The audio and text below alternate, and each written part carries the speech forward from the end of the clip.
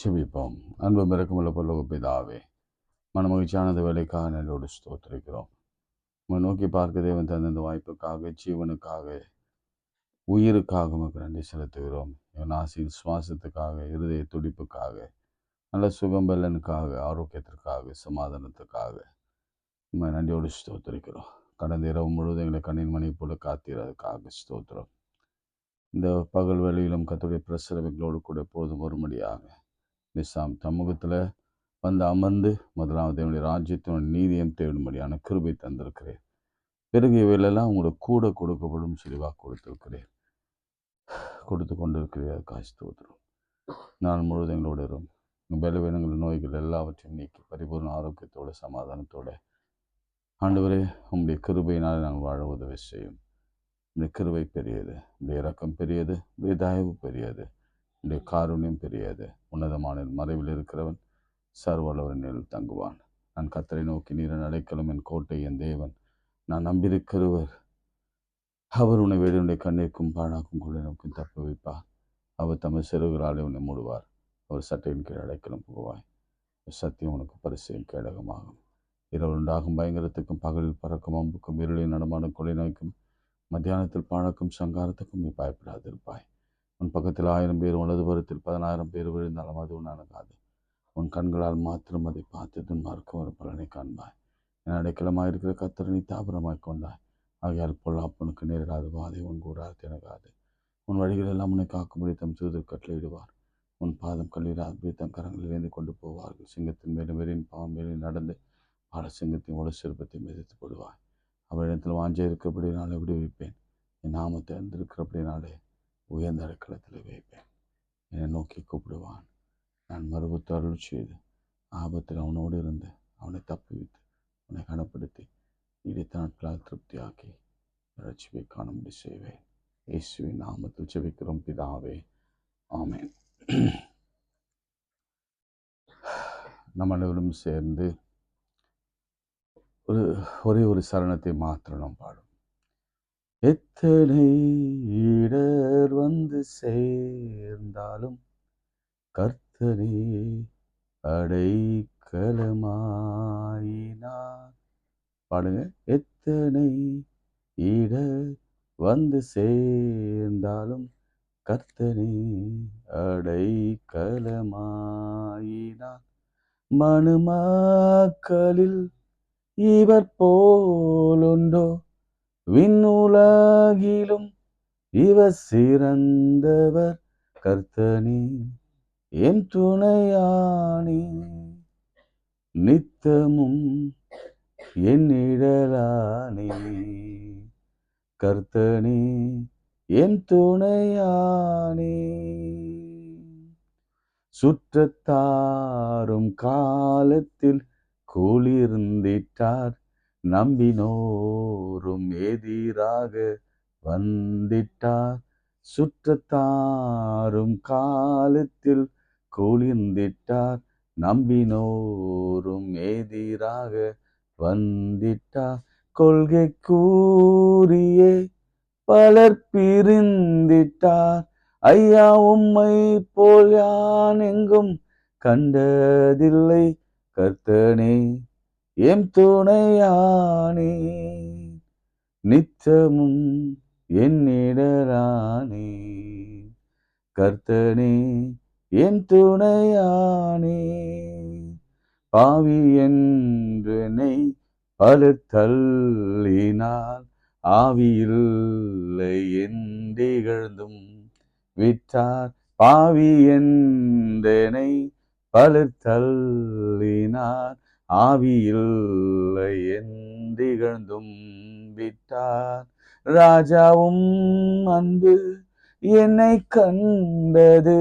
உம்மை போல எங்கும் கண்டதில்லை.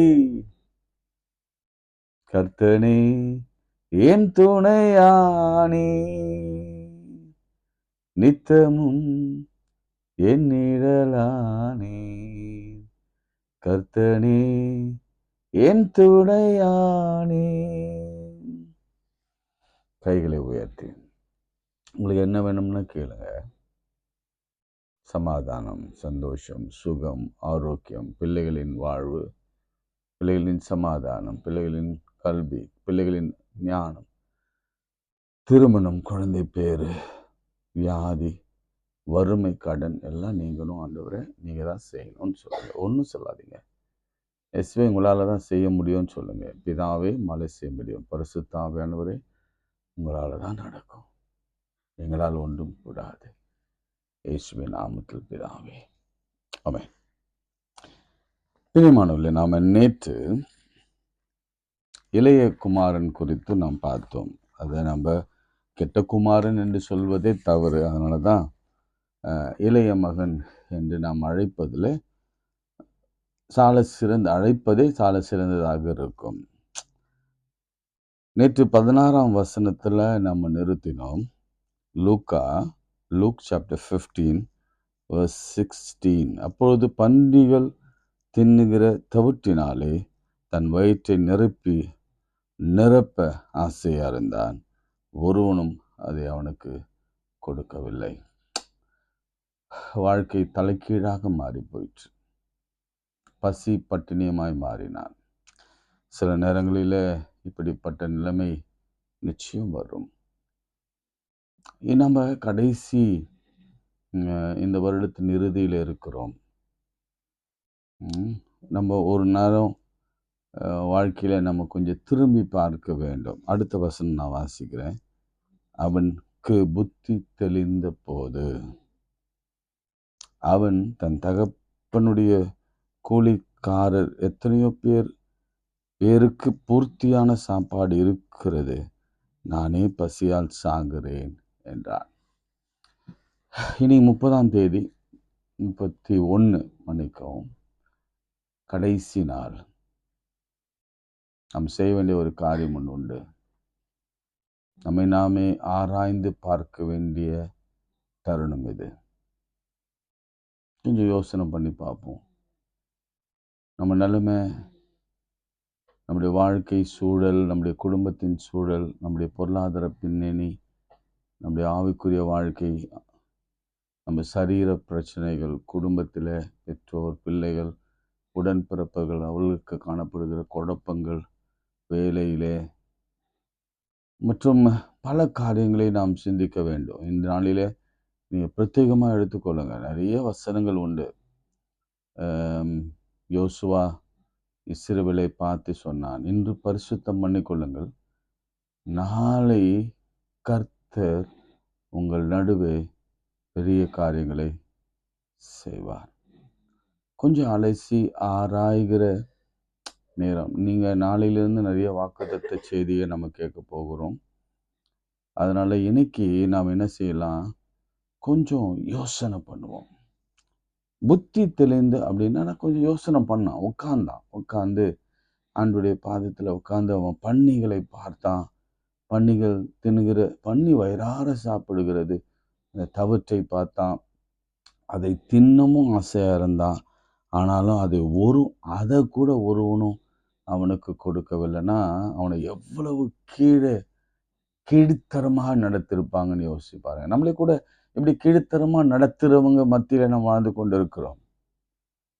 ரொம்ப கீழ்த்தரமாக நம்ம மதிப்பீடு செய்து வைத்திருக்கிறவர்கள் மத்தியில் வாழ்ந்து கொண்டு இருக்கிறோம். கொஞ்சம் உட்காந்து நம்ம யோசனை பண்ணலாம். கொஞ்சம் யோசனை பண்ணி இந்த நிலைமை ஏன், நான் திரும்ப சொல்கிறேன், நாம் எடுத்த தவறான முடிவு தான் காரணம். நான் தகப்பனிடத்துல போய், தகப்பனே எனக்கு சேர வேண்டிய ஆஸ்திகளிலே என் பங்கை எனக்கு கொடுங்க என்று கேட்டது தான் தப்பு. அது கேட்டது தப்புன்னு சொல்ல மாட்டேன். அது கேட்டு அவன் சரியாக அதை பயன்படுத்தி இருக்கலாம். ஆனாலும் துன்மார்க்கமாய் வாழ்ந்து ஜீவனம் பண்ணி தன் ஆஸ்தியை எல்லாம் கெடுத்து போட்டான். அதுதான் தப்பு. அதனால இன்னைக்கு நம்ம அறுக்கிற இந்த அறுப்பு நாம் முற்காலத்தில் செய்த தவறு அதுதான் விளைந்து நிற்கிறது. ஏதோ ஒரு காலத்துல ஏதோ ஒரு தவறான முடிவை எடுத்துட்டோம். அந்த முடிவுக்கு இன்னைக்கு நம்ம அதுக்கான கூலி கொடுத்துதான் ஆக வேண்டும். தவறு செய்துட்டோம். இனி வாழ்க்கையில் எப்படி வெளியே வர வேண்டும் என்பதை தான் நம்ம பார்க்கணும். அதான் கொஞ்சம் உட்காந்து யோசிங்க. இன்னைக்கு எல்லாம் ஆண்டவர் சமூகத்தில் உட்காந்து, ஆண்டவரே நாளைக்கு போகிறேன், 25ஆம் வருஷம் கூட என் வாழ்க்கையில் இப்படி ஒரு போராட்டங்கள் வரவே கூடாது, இப்படி ஒரு பிரச்சனைகள் வரக்கூடாது, நான் பட்டினியாக இருக்கக்கூடாது, நான் கண்ணீரோடு இருக்கக்கூடாது, மனபாரத்தோடு இருக்கக்கூடாது, ப்ரெஷரோடு இருக்கக்கூடாது, வியாதியோடு இருக்கக்கூடாது, வறுமையோடு இருக்கக்கூடாது, பலவீனத்தோடு இருக்கக்கூடாது, தோல்வியோடு இருக்கக்கூடாது, குழந்தை இல்லாமல் திருமணமாகாமல் இருக்கக்கூடாது. ஏதோ எனக்குள் காணப்படுகிற சின்ன சின்ன கவலைகள், எனக்குள்ளே காணப்படுகிற போராட்டங்கள் கூட இருக்கக்கூடாது. அதுக்கு என்ன செய்யணும்னா, உட்கார்ந்து ஆண்டவர் பாதத்தில் யோசிங்க. யோசித்து ஆண்டவர்கிட்ட மன்னிப்பு கேளுங்க. அவரிடத்துல திரளான மீட்பு உண்டு. அவரிடத்துல திரளான கொஞ்சம் யோசித்தாவே போதும். நீங்க சொல்றாரு, புத்தி தெளிந்த போது அப்போதான் தகப்பனை பற்றி ஒரு அறிவு வருகிறது. இப்போ யோசிக்கிறாங்க, எங்கள் தகப்பன் வீட்டில் கூலிக்காரர்கள் எத்தனை பேர் பசியார சாப்பிடுகிறாங்க, நானும் இங்கே பசியினால் சாகிறேன். அவன் நிலைமை எப்படி ஆச்சு பாருங்களேன். சாகுற நிலைமைக்கு அவனுடைய தவறு கொண்டு வந்து நிறுத்தி விட்டது. சில நேரங்களில் நாம் எடுக்கிற தவறான முடிவுகள், நாம் செய்கிற செயல்கள் சாகுற நிலைக்கு கூட கொண்டு போய் சேர்க்கும். ஆனால் கர்த்தர் சாக விட மாட்டார். புத்தி தெளிந்த பிறகு அவன் சொன்னான், நான் எழுந்து என் தகப்பனிடத்திற்கு போவேன். அவன் ஒரு பெரிய டயலாக்கை ரெடி பண்ணால் அது உங்களை எல்லாருக்கும் தெரியும். அவன் 20ஆம் வசனத்தில், அவன் எழுந்து புறப்பட்டு தகப்பனிடத்திற்கு வந்தான். அவன் தூரத்தில் வரும்பொழுது அவனுடைய தகப்பன் அவனை கண்டு, தகப்பன் தினந்தோறும் தான் மகன் வருவானான்னு சொல்லி அவன் வெளியிலே நின்று, அவன் மாடியிலே நின்றோ எங்கேயோ நின்று அவன் காத்து கொண்டிருந்தான். இங்க பாருங்க, அவன் வந்தான், தூரத்தில் வரும்போதே அவன் தகப்பன் அவனை கண்டு மனதுருகி இவன் தான் ஓடி போனான், தகப்பன் தான் ஓடி வந்தார். பிரியமானவர்களே, நம்ம சோர்ந்து போயிருக்கிற சமயங்களில், சாக கிடக்கிற சமயங்களில், நம்ம வாழ்க்கையில் ஆண்டவரை தேடி வருகிற பொழுது நம்மளால் வேகமாக ஓடக்கூட முடியாது. ஏன்னா அவ்வளவு கில்ட்டி, அவ்வளவு மனதில் சோர்வு. ஆண்டவர் நம்மை தேடி ஓடி வருவார். ஓடி வந்து என்ன செய்தாராம், அவன் கழுத்தை கட்டி கொண்டு அவனை முத்தம் செய்தான். இவன் அதுக்கப்புறம் அவன் சொன்ன டயலாக்கெல்லாம் சொல்கிறான். நான் பரத்துக்கு விரோதம், அமுதுக்கு விரோதம், பாவம் செய்தேன், பாத்திரம் நல்ல அப்படிலாம் சொல்கிறான். அதுக்கு அவங்க அப்பா அதை மைண்டே பண்ணல. அதுக்கு ஏதாவது பதில் சொன்னாரா கவனிச்சிங்களா? அதை ஒரு பதிலும் சொல்ல. சரி தம்பி, சரி தம்பி, சரி சரி சரி பரவாயில்ல, ஒன்று ஆறுதல், நான் உன்னை மன்னிச்சிடறேன் தம்பி, அது ஒன்றும் மகனே, ஒன்றும் பரவாயில்லப்பா, ஒன்றும் பிரச்சனை இல்லை, ஒன்றும் சொல்ல. என்ன செய்கிறா தெரியுமா? அப்படி தகப்பன் தன் ஊழியக்காரன் நோக்கி, நீங்கள் உயர்ந்த வஸ்திரத்தை கொண்டு வந்து இவனுக்கு உடுத்தி, இவன் கைக்கு மோதிரத்தையும் கால்களுக்கு பாதரட்சியும் போடுங்கள், கொழுத்த கன்றை கொண்டு வந்து அடியுங்கள், நாம் புசித்து சந்தோஷமாய் இருப்போம். 24ஆம் வசனம், என் குமாரன் இவன் மரித்தான், திரும்பவும் உயிர்த்தான், காணாமல் போனான், திரும்பவும் காணப்பட்டான் என்றான். அப்படியே அவர்கள் சந்தோஷப்பட தொடங்கினார். அது வரைக்கும் அப்பா சந்தோஷமா இல்லை, அந்த குடும்பம் சந்தோஷமா இல்லை. அந்த மகன் திரும்பி வந்த பொழுதுதான் அந்த குடும்பத்திலே ஒரு பெரிய சந்தோஷம் உண்டாயிற்று. இன்னைக்கு கூட எத்தனையோ பெற்றோர்கள் தான் பிள்ளைகள் மனமாறி வந்துட்டா இந்த குடும்பம் சந்தோஷமா இருக்கும்.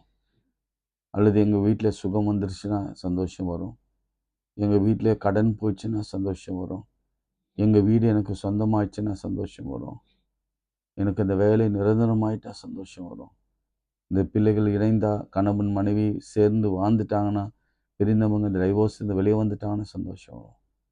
இப்படிலாம் ரொம்ப வேதனையோடு இருக்கும்ல. இன்னைக்கு கர்த்தர் கொடுக்குற வாக்கு என்ன தெரியுங்களா? கவனிங்க. அப்படியே அவர்கள் சந்தோஷப்பட தொடங்கினார்கள். அதுக்கு முந்தி நம்ம புசித்து சந்தோஷமாயிருப்போம். கண்ணீருக்கு பதிலா, வேதனைக்கு பதிலா, சாவுக்கு பதிலா, வறுமைக்கு பதிலா, என்ன சொல்லக்கூடிய போடலாம், வறுமைக்கு பதிலா, அவனுடைய இயலாமைக்கு பதிலா, அவனுடைய பாவத்துக்கு பதிலா இப்போது இந்த குடும்பமே சந்தோஷப்பட தொடங்கினார்கள். எக்ஸெப்ட் ஒருத்தன் யாரு அப்படின்னா உங்களுக்கு தெரியும், மூத்த மகன். அவனை தவிர அவனுடைய நிலைமை கொஞ்சம் யோசிங்களேன். மூத்த குமாரன் திரும்பி வீட்டுக்குள் வந்து எல்லாத்தையும் பார்க்குறான். பார்த்துட்டு அவன் சொல்கிறான், இது என்ன விசாரித்தான். அதற்கு அவன், உன்னுடைய சகோதரன் வந்தார் மறுபடியும், உன்னுடைய தகப்பன் சேர்ந்தபடியினாலே அவருக்காக கொழுத்து கண்டு அடுப்பித்தார். அப்பொழுது அவன் கோபம் அடைந்து அப்புறம் உள்ள போக மனதில்லாம தகப்பனும் வெளியே வந்து அவனை வருந்தி அழித்தான். இதுதான் குடும்பம் இல்லை? அண்ணன் தம்பிக்குள்ள இருக்கிற பிரச்சனை இதுதான். அண்ணன் தங்கச்சிக்குள்ள இருக்கிற பிரச்சனை இதுதான். வயிறும் வாயும் வேறுன்னு சொல்லுவாங்க. தாயும் பிள்ளையா இருந்தாலும் வயிறும் வாயும் வேறுன்னு சொல்லுவாங்க. அதனால இது இயல்பாக எல்லா குடும்பங்களிலும் நடக்கிற சொத்து தகராறு, அந்த பவர் பாலிடிக்ஸு, யார் பெரியவன் யார் சிறியவன் அப்படின்னு இருக்கிற ஒரு நிலைமை. ஆனால் தகப்பன் எப்பொழுதுமே அவர் எல்லாரையும் சமமாக நேசிக்கிறவர் என்பதை அவன் புரிந்து கொள்ளவில்லை. அவனா ஏதோ ஒரு கற்பனை பண்ணி கொண்டு அப்பா பாரு அவனை சேர்த்து கொண்டாரு என்று அவன் உள்ளே வர மனதில்லாமல் இருந்தான். அப்படி இருந்துடாதீங்க தயவு செய்து. அது நல்ல குணமே இல்லை. சகோதரன் வந்துட்டான்னா அப்பாவோட சேர்ந்து அவனும் மிகுந்த சந்தோஷப்பட்டிருக்க வேண்டும். அதுதான் ஒருத்தவனுக்குள்ள இந்த பரிசுத்த ஆவியானவர் இருக்கும் பொழுது தான் அது நடக்கும். ஆனால் அநேகருக்கு அது நடக்கலை. ரொம்ப வியப்பாக இருக்குது. அவன் அதை பற்றி அதுக்கப்புறம் அது கம்ப்ளைண்ட்லாம் பண்ணுறான். அதற்கு நீங்கள் அவர் சொல்கிறாரு, சொத்துலாம் போய் அவனுக்கு நீங்கள் அவனுக்கு சேர வேண்டிய சொத்தெல்லாம் கொடுத்தீங்க. அவன் அது கொண்டு போய் வேசியினிடத்தில் ஆசை அழித்து போட்ட உம்முடைய குமாரனாகி இவன் வந்தவுடனே கொழுத்த கண்டு அடுப்பித்தீர்களே. நேற்று ஒரு காரியத்தை சொன்னேன். பேரண்டிங்கில் மிக முக்கியமான ஒன்று அப்பா பிள்ளை உறவு. நேற்று ஒரு தலைப்பு போட்டிருந்தோம், அப்பாவுடைய பாசம், அப்பாவுடைய அன்பு, அப்பாவுடைய பராமரிப்பு, அப்பாவுடைய மன்னிப்பு, அம்மாவுடைய மன்னிப்பு. இதை பொதுவாகவே பேரண்ட் இதுக்கெல்லாம் தாண்டி நீங்கள் எப்படி உங்களுடைய ஆஸ்திகளை பகிர்ந்து கொடுக்க போறீங்க என்பது தான். இதில் இவர் எனக்கு ரொம்ப ரொம்ப முன் உதாரணமாக இருக்கிறாரு. இயேசு கிறிஸ்து அவ்வளோ அறிவாக சொல்லியிருக்கிறாரு. பாருங்க, அடுத்த வசனம் வாசிக்கிறேன், நல்லா கவனிங்க. இது பெற்றோர்கள் கவனித்துக் கொள்ள வேண்டாம், ஏன் இப்போ இருக்கிற பிள்ளைகள் கூட கவனித்துக் கொள்ளுங்க. தகப்பன், மகனே நீ எப்பொழுதும் என்னோடு கூட இருக்கிறாய், எனக்குள்ளதெல்லாம் உன்னதாக இருக்கிறது. அப்போ நடக்கிறது என்ன தெரியுமா? தகப்பன் சொத்தை பிரிக்கும் பொழுது இளையவனுக்கு ஒரு பங்கு, மூத்தவனுக்கு ஒரு பங்கு, தகப்பனுக்கு ஒரு பங்கு. அதனால தான் அவரால் சொன்னார், எனக்குள்ளதெல்லாம் உன்னுடையது என்றார். அதனால என் ஷேரை நான் உனக்கு கொடுத்துட்றேன். என் ஷேரை உனக்கு நான் கொடுத்துட்றேன். எனக்கு என் மகன் வந்தால் போதும். இன்னைக்கு பெற்றோர்கள் கவனிக்க வேண்டிய ஒரு விஷயம், இந்த வார்த்தை நீங்கள் அடிக்கோள் வச்சுக்கொள்ளுங்க. இதில் வேணா நீங்கள் உயில் எழுதுங்க. என்ன சொல்கிறான்? அதுக்கு தகப்பன், மகனே நீ எப்போதும் என்னோடு கூட இருக்கிறாய், எனக்குள்ளதெல்லாம் உன்னுடையது. அப்போ அவனை சாந்தப்படுத்தணும்னா சொல்கிறான், தம்பி என் ஷேரெல்லாம் நான் உனக்கு கொடுத்துட்றேன்பா. அவன் அடித்து போட்டதெல்லாம் அதெல்லாம் விற்று ஏன் ஷேர், 3 ஷேர்ஸ், அதில் ஏன் ஷேரை நான் உனக்கு கொடுக்குறேன். உன் சகோதரன் இவனும் மரித்தான், திரும்ப உயிர்த்தான், காணாமல் போனான், திரும்பவும் காணப்பட்டான், ஆனபடியால் நாம் சந்தோஷப்பட்டு மகிழ்ச்சியாக இருக்க வேண்டுமே என்று சொன்னான். இளையவனுக்கு ஒரு நல்ல அப்பா கிடைச்சிட்டாரு. அப்பாவுக்கு இறந்து போன நினைச்சு கொண்டிருந்த இளைய மகன் கிடைச்சிட்டானு. அதுக்கப்புறம் வாழ்க்கையை அவன் வாழ்ந்துக்க வேண்டியதுதான். பிரியமானவர்களே, இன்னைக்கு ஆண்டவருடைய வார்த்தை தெளிவாக வந்து கொண்டிருக்கிறது. நாம் என்ன செய்யணும்னா, இந்த வருஷத்தில் சுய சிந்தனையோடு கூட நாம் செய்த எல்லா காரியங்களையும் கொஞ்சம் ஆண்டவர் சமூகத்தில் கொண்டு வந்து நிறுத்தி, இதெல்லாம் தவறு ஆண்டவரே, இதெல்லாம் எனக்கு மன்னிப்பு கொடுங்க, இதெல்லாம் நான் திரும்ப செய்யக்கூடாது, நான் பரிசுத்தம் பண்ணி கொடுக்குறேன், சுத்தம் பண்ணி கொடுக்குறேன், என்னை ஆராய்ந்து அறிந்து கொள்கிறேன், என்னுடைய பிரச்சனைகள் எல்லாவற்றையும் உங்களிடத்தில் நான் சொல்லுகிறேன், எனக்கு உன் பிள்ளைகள் ஆனால் போதும். அதுவும் சொல்கிறான், நீ என்னை பிள்ளை கூட ஆக்க வேணாம், என்னை வேலைக்காரனாக ஒன்றும் வைத்துக்கொள்ளும். அவர் சொல்கிறார், இல்லை நீ என் பிள்ளை. நீ ஆண்டவர் கொடுக்குற ஒரு பெரிய கிருபைன்னா நமக்கு உயர்ந்த வஸ்திரம், மோதிரம், பாதரட்சை, இதுதான் போதும். இதுதான் ரட்சிப்பு. பரலோகத்தில் ஒரு இடம். இந்த பூமிக்குரிய ஆஸ்தி, பூமிக்குரிய அந்தஸ்து, பூமிக்குரிய எல்லா காரியங்களும் ஒரு நாள் ஒழிந்து போகும். ஆனால் பரலோகத்தில் போய் சேருகிற நாள், அதுதான் மிக முக்கியமான ஒரு நாள். அதற்கு நாம் ஆண்டவர் சமூகத்தில் 25ஆம் ஆண்டு நாம் இப்படி ஒரு அதிசயத்தோடு நம்ம காணப்பட வேணும்னா, நாம் இன்றைக்கே உட்கார்ந்து யோசிக்க வேணும். ஜெபம் பண்ணலாம். அன்புள்ள ஆண்டவரே, இந்த வேளையில் நீர் பேசி நம்முடைய வார்த்தைக்காய் ஸ்தோத்திரம். இளைய குமாரனிருந்து கற்றுக்கொண்ட எல்லா விதமான பாடங்களுக்காக நன்றி செலுத்துகிறோம். எங்களை தாழ்த்தி உடைய கருத்தில் கொடுக்கிறோம். எங்கள் பலவீனங்கள், நோய்களை எல்லாவற்றையும் நீக்கி எங்கள் பிராணன் அழிவுக்கு விளக்கி மீட்டுக் கொடுங்க. இன்னைக்கு கண்ணீரோடு கூட, சண்டைகளோடு, பிரச்சனைகளோடு, துன்பங்களோடு, இயலாமையோடு இந்த வருஷத்தை ஏன் இப்படி கழித்தோம் என்று வேதனையோடு இருக்கிற ஒவ்வொரு பிள்ளைகள், இதெல்லாம் ஏன் நடந்தது என்று சொல்லுகிற ஒவ்வொரு பிள்ளைகளுடைய கண்ணீரை தொடங்க, சமாதானத்தை கொடுங்க. இயேசுவின் நாமத்தில் பிதாவே, ஆமேன். நமது ஆண்டவராக இயேசு கிறிஸ்துவின் கிருபை, பிதாவாகி தேவனுடைய அன்பு, பரிசுத்தாவின் ஐக்கியம் நம் அனைவரோடும் இன்னும் சதாக்கள் நிலைத்திருப்பதாக. ஆமேன். God bless you.